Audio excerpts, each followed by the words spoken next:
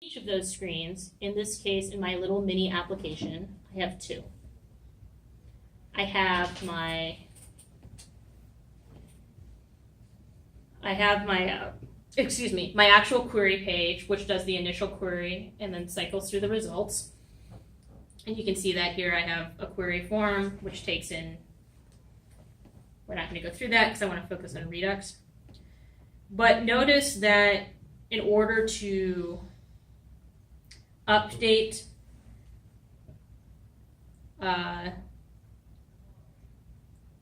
you guys can't see me pointing at mine. So to update this.state.results, oh, excuse me, wrong. In my query, to do this.handle query, to do this.send query, I need to have the location because that's what Google Places requires, is for me to have a location. So if we look at our handle query thing, no, not handle query, send query. Because I've wrapped this whole component, this whole query component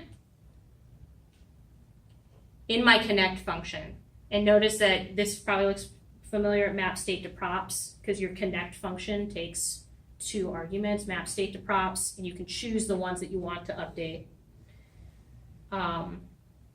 If we go to that, because I've wrapped it as kind of a higher order component, I now have the latitude and longitude available to me in this component without having to do anything extra. And in addition to that, I use it also in my results page.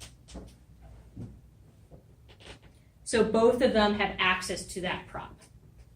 Does that make sense about why we use Redux? And that's because on your app.js, you wrap that in whatever that passed it. So you didn't have to pass it individually. You could pass it the one time in your render. I don't need to pass so when I'm pulling the prop from the Redux store, right, I don't need to do any import statement because the connect function already looks for state. So this is how you do map state to props, current location, state.location. And that leads really closely to, okay, well, what if I want to update my store? What do I do? And that's where map dispatch the props go. So I'm going to return to my little fragment here where my location actually happens. So here I wrap, if we look at my dispatch to props, first of all, I have to import the action that I'm doing, update current location. And we might remember that had a toString thing, but it's also exported. Irrelevant. The toString thing is irrelevant here. But the update current location, just to go back to my actions page, is this function. The thing that takes in a payload and returns an object that has the type and the payload in it. So when I'm inside, on line 2, I have to, if I'm going to use a dispatcher that I created in my actions things, I have to import it into the component that's going to use it. And I do map dispatch the props, and I do update current location on the left-hand side. Actually, this is where toString is relevant here, because this is going to resolve on the left-hand side to that type string. So that's why we also do the toString. So we're actually doing it in 3 different places, which is why it's a good pattern. So this resolves into that string on the right-hand side, which is that uppercase update current location.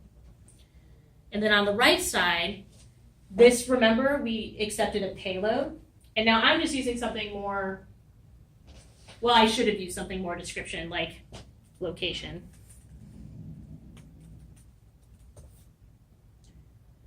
So the payload that I'm going to send is a location.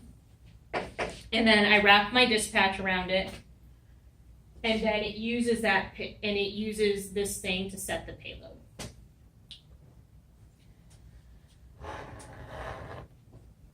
And all I can tell you about this, it's okay if it doesn't quite make sense. You're just going to have to do it and do it and do it and do it. And then you're going to be like, oh, this is why this works. So then, if I want to use it, you'll notice that this, now that I've wrapped my connect function, I now have that dispatch action available to my component. So if we look in location, this might be a little hard to read. notice I have something called geolocation watch things.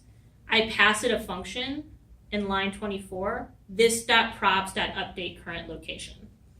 And to see what that looks like, basically, you guys have probably not specifically used a watch position locating thing, but it basically takes a callback that says, all right, I will give you locations when I have it, and then what should I do when I have it? And this is where we actually use it. So I pass into it my dispatch action, and it takes its results, update current location, the latitude and longitude, and it makes my object no longer null. It turns it into whatever it's supposed to be. And what's great about this, using a fragment, so let's say you're on a particular page and then you move, and so let's say on my page where I had all the pizza locations and how far they were from me, if I moved a significant amount enough that my location updated, the page would re-render with all the updated information, which is cool. Yeah. All right, so I think you said you had to go with 3, right? So I can talk more about this, but I also want to check in and be like, is any of this helpful? Because I'm also nervous because this is the first time I did this. No, that's great. Yeah, well, Okay. So this is a different pattern from what Chris showed you. I have to say that I struggled with the switch one because I just got so used to this one. Mm-hmm. But consider, you can just literally look at my code, copy the boilerplate, and I can help you get the boilerplate, and then just keep doing this pattern for everything that, but I would say, when I originally did my final project, I was like, once I got used to putting everything in the Redux store, I put everything in the Redux store. Yeah. Whether the menu was open, whether it was closed, whether it was this, that, or the other thing, which is good practice for Redux, but not good practice for an application. So the way I think of an application, I first think, do I want this to be a dumb, I start everything out as a dumb component. Oh, I'm just gonna hardwire everything. And then I'm like, oh wait, no, I need to smarten this up. I'm gonna accept props. Oh, okay, I need this to actually take in some state, screens or something like that. Then I use that to update my dumb components. And then finally I say, oh, actually this isn't local state, this is something that's gonna be shared across screens. Then I put it in the Redux store. So if we look at my query page, So you'll have actual classes with Redux. yeah. Okay. I do another thing. This project was actually really hard for me because I've stopped using classes altogether and use a magical tool called Recompose. But Redux, I was like, we're not going that far. So you'll notice that the query, right? That's not something that's going to be shared across screens. When you click on the results, that screen doesn't need to know about query. No other screen is going to need to know about the content of what our query was.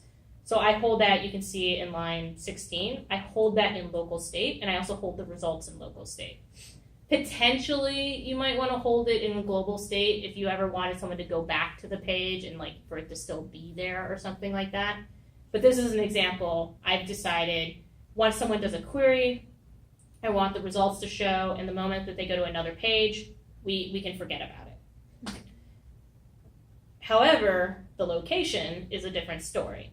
I want that to be shared between this query screen and the local results screen because they both calculate distance. So that's why you should use Redux. So if there's anything that I want you to take from this, it's not necessarily I'm confident in doing Redux, but hopefully that makes why we use it. Mm-hmm. So is there anything, now I can talk more because I can talk about React all day, but is there anything in particular you guys want to go into, you have questions for, or you want to go back to start taking all this great Redux knowledge you have and applying it to your own projects? How do those CSS files link to the components again? Oh, they're local. So this is us not a necessarily. It is okay to have a single style sheet for your whole component because CSS all compile into a single style sheet anyways. But I did something called local styling. And you're just importing them onto the component Right. files? So I'm trying to find, so I'm looking for one of my dumbest components. So let's look at the for example, this one's info text, and all it is a paragraph tag that I styled not to have any border. Up here in line 2, you can see I import that style sheet. Now, something that you can do in React, originally why I started doing this localized thing is because if any of you are considering doing React Native, there are no style sheets in React Native. But what they do have is inline styling.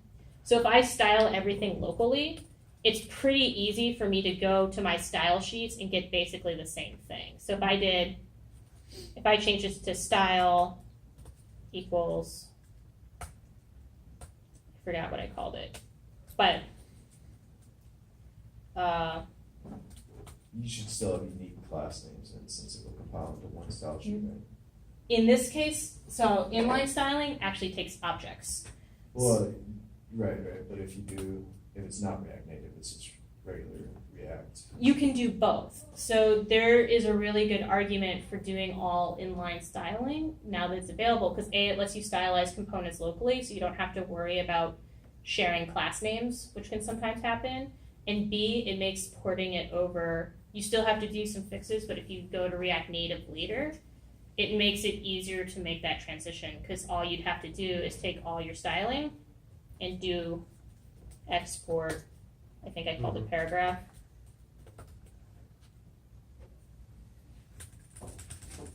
Export paragraph equals, oops, export let paragraph, and I have to rename this a JS file.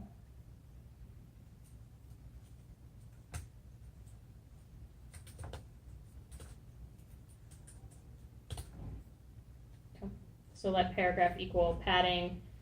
Now the one thing, this is not a good example, but it basically uses key value pairs. If you had anything that, in HTML, we normally have things that are hyphenated. If you're doing an object, doing inline styling in React, you just do camel case. And then the next thing always has to be a string. So it could be to rem, but it has to be in a string because of the object, and you have to have a data type.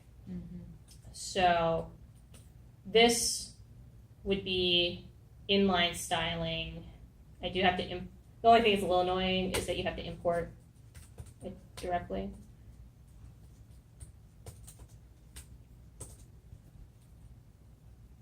There, and that would theoretically not break my program. And we can test that. Const actions, unexpected token. Oh, on your, you had a comma instead of a semicolon at the end of what you wanted. Oh, thank you. I don't remember what it was, and didn't say anything when I saw it. How dare you?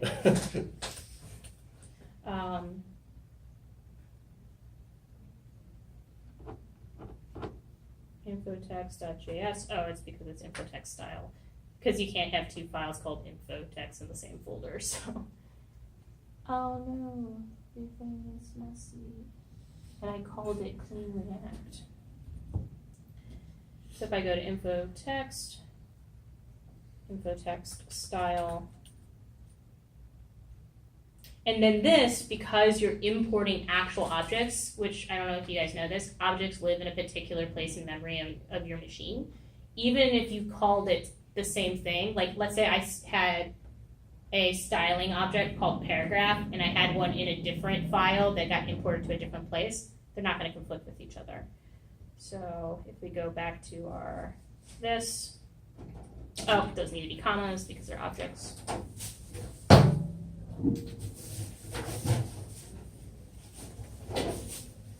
And normally those have to be strings, but because it's an actual number with no units, it can be a number. Thank you.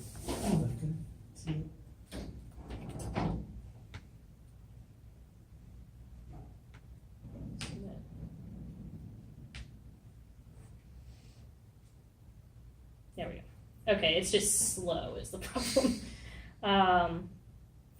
So notice that the styling is exactly the same, and I did inline styling. So it's a good habit to get into if you eventually want to do a React Native app. And also, I like doing localized styling because there's a joke about CSS that if you change CSS in one file, a chair falls over in a different building. I don't know if you guys have experienced that, Yeah. but so if you do localized styling, that's not going to be a problem. I hear rumors that eventually they're going to have localized styling for style sheets as well, but we have style equals, and because it's not real HTML, it's React pseudo HTML. It's okay. So. Cool. All right. Well, thanks for putting that together. Yeah, and then if you guys want me to help set up your, particularly if your Redux store in this pattern, I will have more trouble doing it with the switch pattern, but I should learn it because it's a very common pattern. But I'm a big fan of the router pattern. Awesome. Thank you so much. It's kind of neat to have it explained a different way. Cool. Also. Yeah, and Makes it a please little bit use that. clearer. Awesome. And if you guys, and this is legitimate feedback, I get paid either way, whether or not I do these extra things. Would you guys be interested in an extra topic and something else at some point? Would Yeah. that be valuable? Okay. For sure. I think it helps having stuff explained several different ways, even if it's like, I didn't get it or whatever. Like each time you see it, it's good. I think it's helpful. Cool. So. Ego satisfied. Thank you.